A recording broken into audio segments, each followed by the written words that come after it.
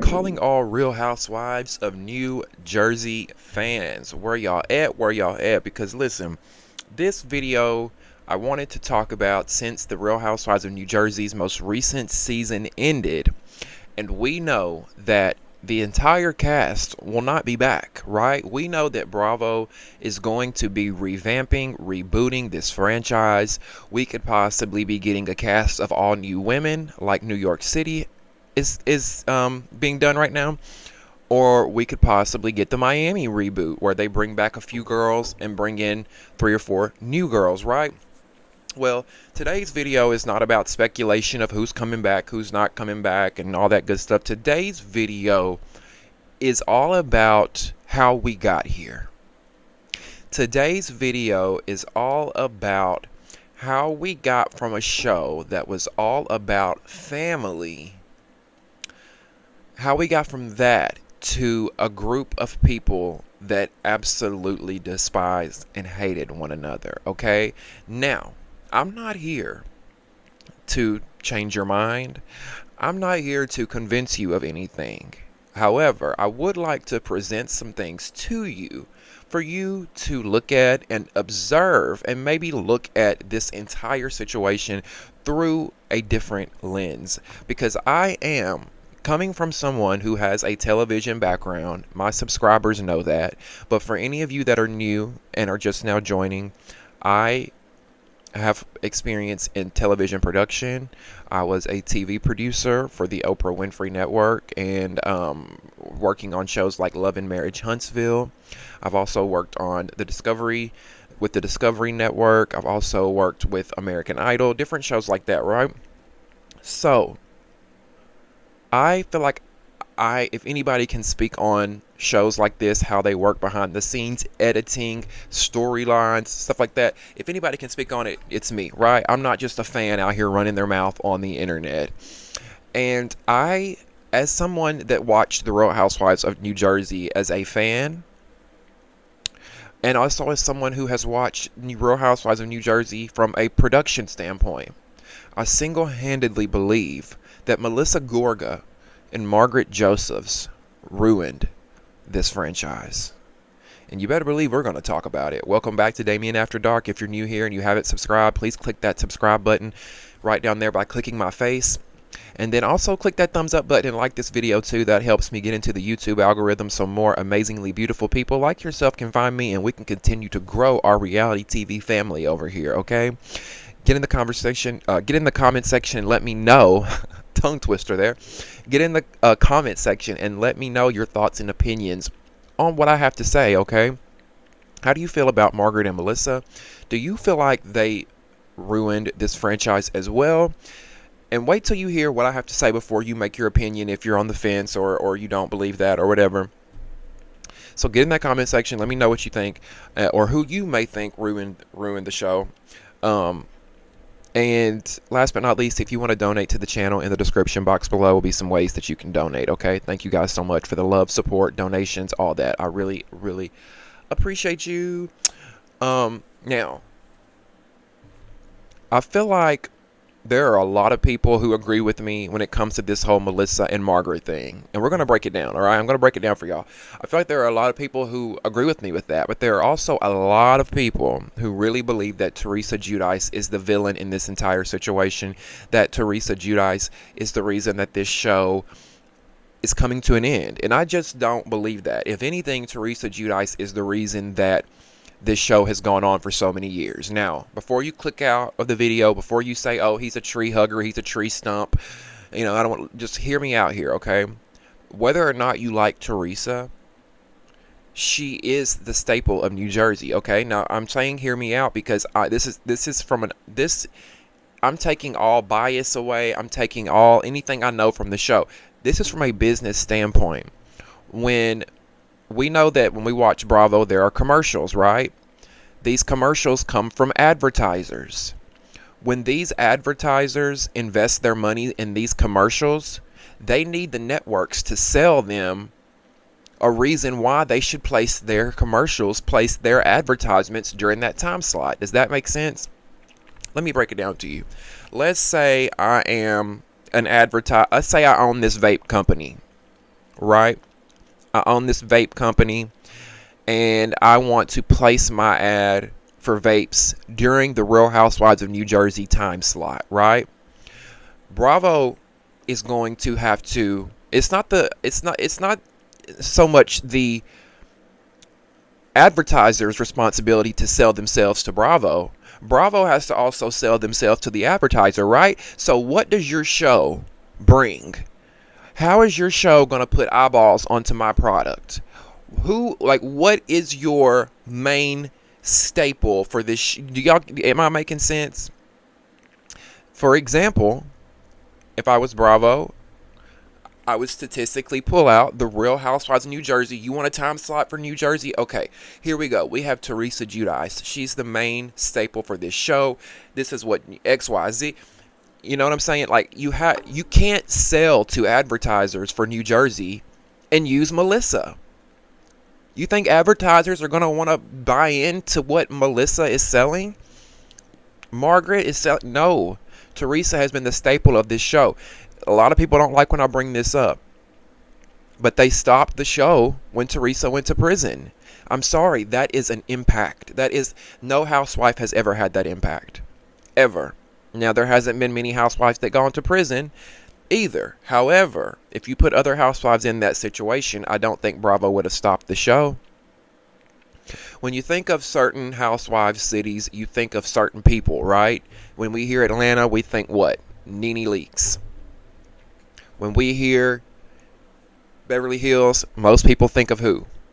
Lisa Vanderpump. Maybe Kyle. You might say Kyle. When you hear New Jersey or New York, most people think of Bethany Frankel. When you hear New Jersey, most people think of Teresa Giudice. It is what it is. And you know what it is? This is the biggest thing that a lot of people don't like. And then we're going to get into Margaret and Melissa.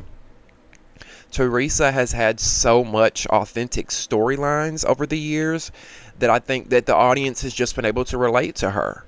These other people don't really have these authentic storylines. These other people on the show are concocting storylines, coming up with different reasons and things that they can do to stay on the show. Oh, let me pretend I've got a long lost sister. You know what I'm saying? Teresa has been married on the show. She's been divorced on the show. She's given birth on the show. She sent her daughters off to college on the show. Her parents passed away on the show. She went to prison on the show. She was released from prison off the show. She started her businesses on the show, wrote books. I mean, we could go on and on to what this woman has done on this show and what she's given. And a lot of y'all could say, oh, what is that? She hasn't given much. But do you know how hard it would be to open your life to the world and to cameras? Are you gonna give everything that's going on in your life? Are you? Because a lot of people would cower down and want to hide some of it. Now, if you notice in the beginning of The Real Housewives of New Jersey, let's go back to seasons 1 and 2. In every story, in every TV show, in everything we watch, read, you need a what? A protagonist and an antagonist. And to put that in simpler terms, you need a hero and you need a villain, right? Let's go back to Real Housewives of New Jersey seasons 1 and 2. The heroes were who? Teresa, Jacqueline, Caroline, this family, right? The villain was who? Danielle, seasons 1 and 2. And that was because it was edited that way. Now, I know, blame editing. I'm not entirely blaming editing. I'm not blaming editing for the things that the girls do and say, right? But the same way that Bravo edited Danielle to be the villain in seasons 1 and 2, they could have very well edited it to make Teresa, Jacqueline, Caroline. They could have made them the villains if they wanted to. They could have, but it didn't make sense, right? Let's make this family out to be wholesome, sweet Italian family, and let's make Danielle out to be this villain. Okay? We need that for a story. Season 2 passes. Danielle quits the show. Danielle leaves. We have no villain. Who's the villain now, right? We have no villain. Danielle is gone. Now all we have are these 4 women who all get along with each other. We need to shake it up. Now that's where Melissa Gorga comes into play. And I need y'all to listen very carefully when it comes to this, because a lot of people, I feel like people either refuse to listen, choose to ignore this. I don't know what it is about this situation, but I have always screamed from the rooftops that Melissa Gorga is not innocent. Melissa Gorga has played very dirty when it comes to this. And unfortunately for Teresa, she's not the best when it comes to articulating her thoughts and how she feels. Teresa's never been the best when it comes to defending herself, sticking up for herself verbally, articulating her thoughts and opinions and ideas.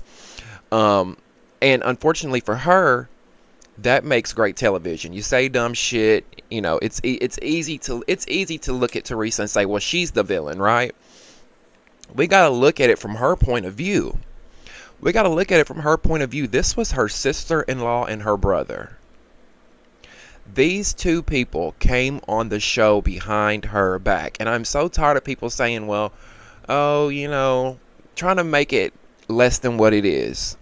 Teresa can't be the only famous one. Teresa just didn't want her sister-in-law to shine. Do y'all really think Teresa would not want her family to come on and make money and shine just like she was? Of course she would. It's the way that they went about it, because Bravo didn't show us that. We didn't see how Melissa got on the show. Let's go back before she got on the show. First of all, she started with Danielle Staub. Reaching out to Danielle Staub in 2009, 2010, I think. She friended Danielle Staub on Facebook, started sending her messages. I see what's going on with you and Teresa. Oh my God, I have similar experiences. Feeding Danielle all of this information. Now, a lot of y'all could say, well, Danielle's a liar. How do you know that? Let's go to the season 2 reunion. How else did Danielle Staub know that Teresa allegedly didn't acknowledge her nephew? Remember that in season 2 when Danielle Staub said, did you go see your nephew in the hospital? Remember when she said that? How did Danielle know that? How did Danielle know that Teresa allegedly did not go see little Joey in the hospital? Melissa Gorga was feeding her the information, you guys, before she was ever on the show. Okay? Not only that, Melissa also was friending producers. She found out these producers' names and she was finding them on Facebook. This is when Facebook was really first starting to pop, 2010, 2009. Teresa went and found producers like Carlos King and others on Facebook, friended them, and then when she friended them, she started making cryptic posts. That's where the sprinkle cookies come from. Remember the sprinkle cookies? Melissa made this sprinkle cookie post intentionally after she added producers to garner interest in her. She wanted them to see that, oh, I'm having issues with my sister-in-law. She knew that these shows thrived off of drama. And she knew, if I can't get into this show any other way, let me get in here through my sister-in-law. Because they're not going to bring Melissa on the show if her and Teresa weren't, you know, if her and Teresa were chummy best friends, I don't think Melissa would have ever gotten brought on the show. The only way that Melissa was going to be allowed on the show was to take down your sister-in-law. Take down your sister-in-law. Now, that is very apparent and evident in Season 3, Episode 1. Let's rewind. Season 3, Episode 1. When we are introduced to the Gorgas. How are we introduced to them? At the christening. Was it Adriana's christening? It was one of the kids' christenings that they had. We're introduced to the Gorgas for the first time. And how are we introduced to them? How do they leave a first impression to us? They go berserk on Teresa. Teresa comes over, speaks, tries to be cordial. Hello, how y'all doing? Hugs everybody. They get the cold shoulder. Joe says, get the fuck away from me, Teresa. I mean, it was so obvious in episode 1 that was a takedown. It was so obvious in episode 1 that this family, the Gorgas, Melissa and Joe, had made a deal with the devil. And that deal was, you want to be on this television show? We're going to need you to confront all your issues with your sister-in-law on your first night of filming at the christening. Now, let's rewind a little bit. Teresa has openly admitted and publicly admitted that she had no idea that her sister-in-law and her brother were joining the show until the day of, or maybe the night before. It was either the night before or the day of, within a 24-hour period.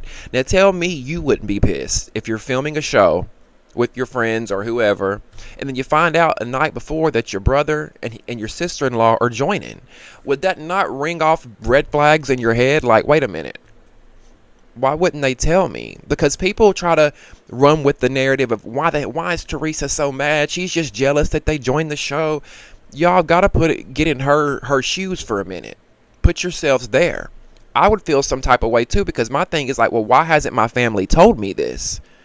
Why hasn't my family expressed to me that they're joining the show? Because you can best believe that Melissa and Joe were in talks for weeks before they ever joined. It wasn't like an overnight thing. They had ample opportunity to tell Teresa what was going on. And I bet you guys too that a producer's probably told Joe and Melissa, don't mention anything to Teresa, don't say anything, let's keep this on the hush, let's keep it for the sake of the show. They wanted that shock value, right? I would be upset. I would be pissed. Like, why is my family joining the show and they haven't said anything to me? And then you get to film with your family on night one and they just instantly attack you. Could you imagine? It would feel like a huge setup. A huge setup. Now, through the years, we've seen the ups and the downs of Teresa and Melissa. They argue. They would try to get along. They would argue. They would try to get along. And I'm telling you guys, from what I saw watching this show, it really seemed like to me that Teresa wanted to make this relationship work with Melissa. Now, Melissa may have acted like she wanted the relationship to work, but at any moment, they were looking for reasons to poke, get into an argument with this woman. Because let's face it, if Joe and Melissa were not arguing with Teresa, what were they talking about? That's another issue that I have with Melissa. She could never stand alone outside of Teresa or her husband, okay? Because if Melissa would have had compelling storylines, if Melissa would have been a strong enough personality on her own, I would have been here for it. Like, okay, we got the two badass sister-in-laws fighting each other, but we don't. We got one strong badass sister-in-law that is a star, and then we've got one mediocre sister-in-law that is thirsty for fame. I don't think Teresa was ever thirsty for fame, right? You hear her talk about this show. She said it happened at they called her. She never wanted to be on TV. She never had TV aspirations. Melissa, on the other hand, she's wanted to be famous since she was a little girl. And there's nothing wrong with that, but it's at the lengths that you will go to be famous. That you will literally throw your family straight under the bus because you want the fame. And you can tell that they love the fame. They're addicted to it, and why not, right? Every year you get to just show up and be yourself and get paid these fat paychecks. And I felt like as years gone by, it got worse and worse because the paychecks got bigger.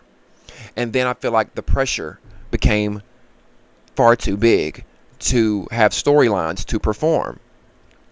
Now, Melissa and Joe, speaking on them not being able to stand outside of Teresa, right? Unless they were arguing with Teresa, what else was going on in their life? Because they had multiple fake storylines. Do y'all want to talk about it? Let's talk about the multiple fake storylines that Melissa came up with. And Jen Aiden actually called this out a few seasons ago on the reunion. They brought up that Melissa fakes a lot of her storylines, and I believe it. Remember when Melissa and Joe were going to have another baby, and they went as far as to going and buying a baby doll from Walmart and like pretending, what's it going to be like to have another kid? Let's pretend, like total fake storyline. They did not want another baby. They did not want another child. They needed something to save their job. That was a lie. Let's talk about the fake garbage truck business. Remember when Joe was going to start a garbage truck business and they went and rented a fucking garbage truck just to film with? There was never a garbage truck business. Speaking of businesses, remember when they were going to open a pizzeria? We saw them go through the process of trying to open a pizzeria. What happened to that pizzeria? It never opened. What about the fake long-lost sister? Y'all remember the fake long-lost sister that Melissa allegedly had? She thought she had a long... What happened to that long-lost sister, Melissa? What happened? Oh, remember when she wanted to be a pop star? On display, on display. I sound like Teresa now. On display, on display. Remember when she wanted to be a pop star? And Joe built a music studio down in her basement? She wasn't too passionate about that, was she? We haven't heard her hold a tune in years. And here's the thing about it. I liked Melissa's music. I thought it was catchy. I thought she had the potential to be a little Bravo pop star, you know, and do her thing, make a little money, do a little tour. I thought like, out of all the Bravo stars, Melissa is up there with the top 3 of the ones I'd probably listen to. And that's a lot coming from me who don't like her, right? But I'm saying that to say all these different storylines that they come up with that went nowhere. Where is the sister? Where is the pizzeria? Where is the baby you were going to have? Where is the singing career? I mean, we could go on and on and on with the things that they come up with. Now, Melissa couldn't have taken this show down on her own. That didn't ruin it on its own, right? We as the fans got tired of watching the Melissa versus Teresa. It got so old. To this point, they didn't even speak this season. This season, they did not even speak, right? I think it's safe to say that one of them or both of them has to go. I think Melissa will be the one going, but that's just my opinion. But what really, aside from Melissa and her fame whore antics and selling her soul for fame and fortune, a little bit of fame and fortune because she's not even that famous, but aside from that, we have Margaret Josephs, who also helped sink this ship that is the Real Housewives of New Jersey. Now, how Margaret helped sink this ship was, you know, she buddies up, becomes allies with Melissa. Right there off the bat, she's going to have this allegiance to Melissa, right? Now, we know that her and Teresa were close at one point too, until Louis came in the picture. Now, I'm not going to say that Louis is a saint. I know that Louis has said and done some questionable things. I understand people's concerns, right? That still doesn't change the way I feel about Teresa. Just because her husband is a certain way doesn't mean that I think she should be fired. And here's the thing. All of y'all thinking that she's going to be fired because of Louis, Bravo is loving it. Bravo, if there's going to be a demise of Teresa and Louis' relationship, Bravo wants to be there to capture it, okay? And there's a lot of shady shit that's been going on with Louis' business, and I think that they're kind of watching from the sidelines because they want to be here to capture it. So I don't think that they're going to be going anywhere. Now, Margaret helped ruin this show because she played the game very, very dirty, okay? Now, we know Housewives started back in 2006, and for the longest, these ladies just showed up and lived their life. They were authentic, right? Somewhere down this long path of Housewives, things got dirty. Housewives started getting their hands dirty. They started playing very, very unfair. And Margaret was one of them. And when I say playing unfair, I mean Margaret is notorious for allegedly going after people's loved ones who are not on the show. Siggy Flicker, for example. We know Siggy. The real reason that Siggy left the show, and she's come out and spoke about this. Siggy has come out and spoke about this. The real reason Siggy left the show is because she says it got too dark and too toxic because Margaret reached out to her husband's ex-wife. Okay, you follow me here? Siggy says that Margaret reached out to her husband's ex-wife. Now imagine that now. Imagine you're in a relationship with somebody you love a lot and then somebody that you're friends with, or you're on a that you one of your coworkers, because let's just call it what it is. Margaret's a coworker. One of your coworkers start calling your partner's ex to get information on them, to bring back to work and spread. That's the way Margaret plays dirty. And not only did she do that with Siggy, Margaret was also responsible for the Bill Aiden rumors. She put those rumors out there. Now, granted, Jennifer already knew that her husband cheated on her, right? Jen Aiden already knew that. But Margaret was responsible for opening the can of worms, putting it out onto the show, right? It's one thing for them to gossip about it amongst one another. But when you talk about it on camera, when the cameras are up and you talk about it, all bets are off, right? It's open season then. And that is what Margaret did. She helped get these Bill Aiden rumors out there behind the scenes. Now, behind the scenes and on the show.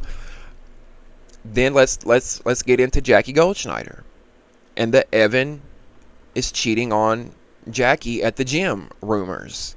That also came from Margaret. Right? Are y'all watching the episodes? And see, that's another thing. A lot of these people who think Teresa is the real villain are the ones who have just started watching a few seasons ago. They're what we call casual watchers. You have to watch Jersey from the very beginning to understand why Melissa is the villain and Margaret is the villain, okay? Jackie Goldschneider. Margaret was behind the scenes facilitating all that.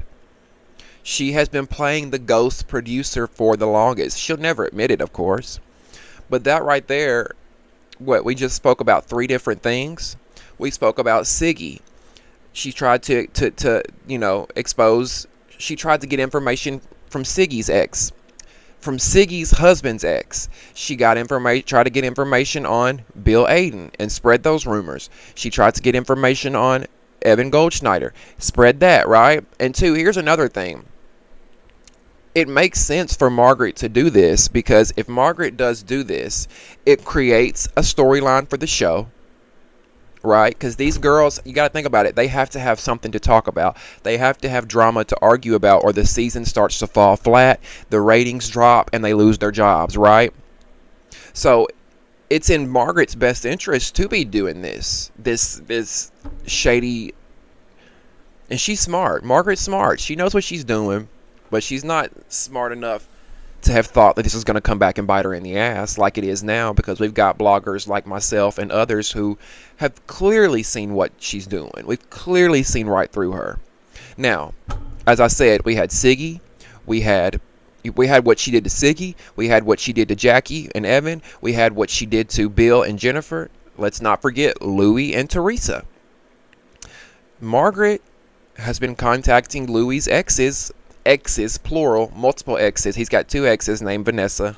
Margaret contacted both of them. She tries to put all the blame on Jackie. It's easy for her to scapegoat Jackie right now because Jackie's in the hot seat, so let's throw it all on Jackie.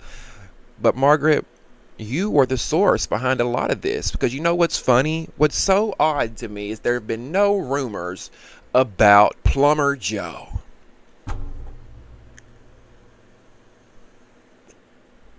Maybe because nobody wants to fuck Plumber Joe. But no shade to the plumbers, because we need plumbers out there. But isn't it ironic that everybody on the cast has had rumors come out about their significant other, except for Margaret? Now, some of y'all may be saying, well, what about Dolores? Well, yeah, but everybody knows that Dolores is neutral. She gets along with everybody, so why would we go after Dolores? Dolores has also not been in, really serious committed relationships, has she? Her and Frank were not together while she was on the show. She was with that David guy, but they didn't seem like they were genuinely in love. Now she's with Polly, right? But they're not going to go after her and Polly because Dolores is in a good spot with the girls. So you have to open your third eye here. Open y'all's eyes to see that Margaret has been behind a lot of these exposés of these husbands. She's been out there planting the seeds. And of course, if she plants these seeds and she gets this dirt out here, nobody will look at her. She can stay behind the curtain and continue to collect her check and show up and look pretty and stay out of everything, right? And I just want to say, for those that are going to bring up that Teresa and Jennifer allegedly was feeding bloggers information last season. Well, oh, Teresa and Jen, they were the one talking to the bloggers. Listen, if they did, because I don't know if those screenshots are true. That account Melissa's old knows that released all that, she's batshit fucking crazy. So I wouldn't put it past her to make up fake screenshots. I don't know if they've been able to verify the validity of those screenshots or not. But let's just say Teresa and Jen did do that. Let's say they did. After the years of vile shit that Margaret's done, I would too. After the years of vile, extreme bullshit that Margaret has done, I would be feeding the beast too. You want to know information about X, Y, and Z? Here you go, little blogger. I got you. Right? Now, what I really think the nail in the coffin for this show was last season when the two newbies, Danielle and Rachel, joined the show. Margaret made it very clear. I'm going to say allegedly, but sources say otherwise. Sources very close to the show say otherwise. And when I say very close to the show, I'm speaking cast members, I'm speaking producers. Production. When Danielle and Rachel joined the show, they were told and convinced that, look, if you want to keep your job on this show, you've got to play the game and you've got to align with the right team. Margaret and Melissa convinced these new girls, Danielle and Rachel, that there were teams, that the cast was so divided right now and it was so toxic, and that Louis was the demise of the show and he brought Teresa down, and that Bravo was investigating Louis and Teresa, and it's gotten so bad that the FBI and the police and everybody, not the FBI, but police are involved, police reports and private investigators. You guys, you have to choose this side because they're gonna be gone. They're gonna be gone soon, and you want to be on the right side. You want to still be over here with these girls. Convinced any new cast member that came on the show that you want to stay away from Teresa. She's toxic. She's negative. You want to get away from that. Louis is dangerous. You're going to lose your job on this show. And these girls believed it.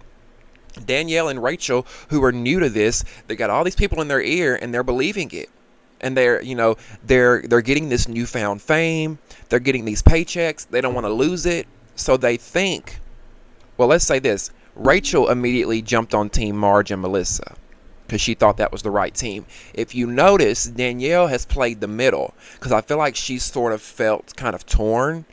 I think Danielle almost didn't really believe the teams thing, or she did believe the teams thing, but she wanted to be on both teams because to me, Danielle has been watching The Real Housewives of New Jersey for seasons and she's a huge fan, just like Rachel, aka Bravo Lover 1234. Because Rachel used to run a Bravo account called Bravo Lover 1234. Both of these girls have studied New Jersey. They've watched it. They have been wanting to be Real Housewives since they were 18 years old, and they watched it for the first time. And now here they are, and they're trying to save their spot on the show. So they're aligning with these different teams. There's been a lot of politics at play behind the scenes of The Real Housewives of New Jersey that we don't get to see. We see an edited 1-hour version that Bravo chooses to give us each and every week. And within each and every week, those episodes that they give us, they have to tell us a story. They have to give us a hero, and they have to give us a villain. And unfortunately for Teresa, she is the easiest person to edit as this villain because of the way Louis comes off. Because, it just makes more sense for them to edit them that way. Do I think Teresa and Louis are perfect? Absolutely not. Do I think Teresa and Louis have done some fucked up shit? Absolutely. Just like when Louis said that, he hopes Margaret's son suffers. Thought it was awful. I thought he shouldn't have said it. But all these cast members have said awful things. I'm not playing tit for tat, but we can't throw one person away for things that they've said when you got Danielle Cabral saying she wished she would have unalived Jennifer Aiden. Melissa Gorga said on a podcast once about talking about a podcaster that karma was going to come to her children. It's out there. Go look it up. All about TRH. It's a podcast. She said that about one of those ladies, one of those girls that host that podcast. Karma was going to come to your children. These people have said horrendous things. Margaret said children are resilient. They'll be okay. When Jennifer was talking about how her kids were affected by the rumor of her parents, of Bill cheating on her, Margaret said, oh, they'll be all right. Kids are resilient. They've all said horrible shit. But only when Teresa and Louis do it, it's awful. And you know what I find so ironic? Now that the show is wrapped, now that the reunion is over, now that Melissa and Margaret and all them know that that their future is up in the air, what are they doing? They're out doing these sketch comedy shows, these appearances, talking about Teresa, mocking Teresa. They were just at an event, and if I've got the video, I'll play it. If I've got it, I don't know. If I got it, I'll play it up here. Here's a question.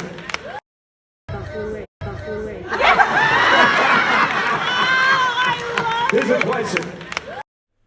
They were just at an event, and they're mocking Teresa on stage with the pose off, and they, like, any chance they get, they cannot stop talking about Teresa. And what is Teresa doing now that the show has wrapped? She's vacationing with her man on a private jet. We don't ever see Teresa talking about Melissa and Joe and Margaret and Rachel and Danielle, but we always see them talking about them. Always. If Teresa's name is not in their mouth, what are they doing? It's just sad because it didn't have to come to this. It didn't have to come to this. Do y'all remember the season when Teresa and Melissa were friends? Margaret and Teresa were friends. They all ganged up on Kim D at one point. I miss those days of Jersey when they all got along. And there was drama, there was fights, but it was from outsiders like Kim D. Remember when Margaret brought Teresa this big flower when they were on their cast trip years ago? When Teresa's mother passed, Margaret bought her a big flower. I thought that was so sweet, which, come to find out, production told Margaret to do that. It wasn't authentically from Margaret herself and her heart.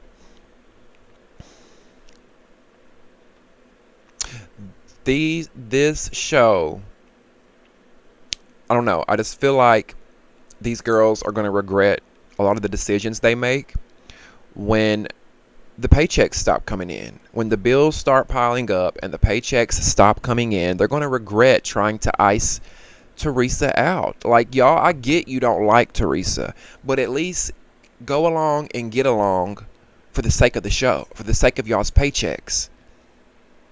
But I really feel like Margaret and Melissa and these other girls cannot stand that Teresa is the face of the show.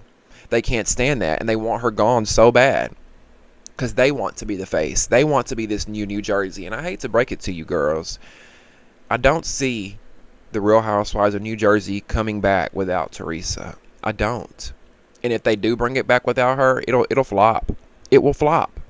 Now, I say this, if they bring it back without her, yet they bring back Melissa and Margaret, it will flop, okay? I'm not saying if they bring a whole new cast in, it will flop. But I do think if they bring back Melissa and Margaret and that group, they're just boring to watch, y'all. They're not interesting. They're not interesting. They're not. And who are they going to argue with? Again, they have no villain. If Teresa goes, who is the villain? Who are they going to argue with? They're going to start turning on each other. They're going to start inauthentically and unorganically turning on one another for the sake of the show and for the sake of ratings, and it will be so hard to watch. That's my thoughts and opinions on it. Leave me your thoughts and opinions in the comment section below. Who do you think ruined the Real Housewives of New Jersey? Do you agree with me when it comes to Margaret and Melissa being the main catalyst for the downfall of this show? Or do you think it was Teresa and Louis? Or maybe you think it was somebody else. Jackie, Jen, Danielle, Rachel, Dolores? Join the conversation below. Leave me your thoughts and opinions. Don't forget to click that subscribe button so you don't miss a beat on all breaking reality TV news and recaps. Also, Click that subscribe button, like the video as well if you don't mind. Did I just say that? I think I just said that. I'm sorry, y'all. I've been making videos all weekend. My brain is turning to mush. If you want to join the Damien After Dark movement and help us sustain and grow this channel, in the description box below will be some ways that you can donate using PayPal, Cash App, Venmo, and Zelle. If you leave a super chat, please be mindful that YouTube does take 50% of the revenue that you guys tip and donate to us creators, okay? I love you guys so much for watching. We'll see you next time on Damien After Dark. See ya.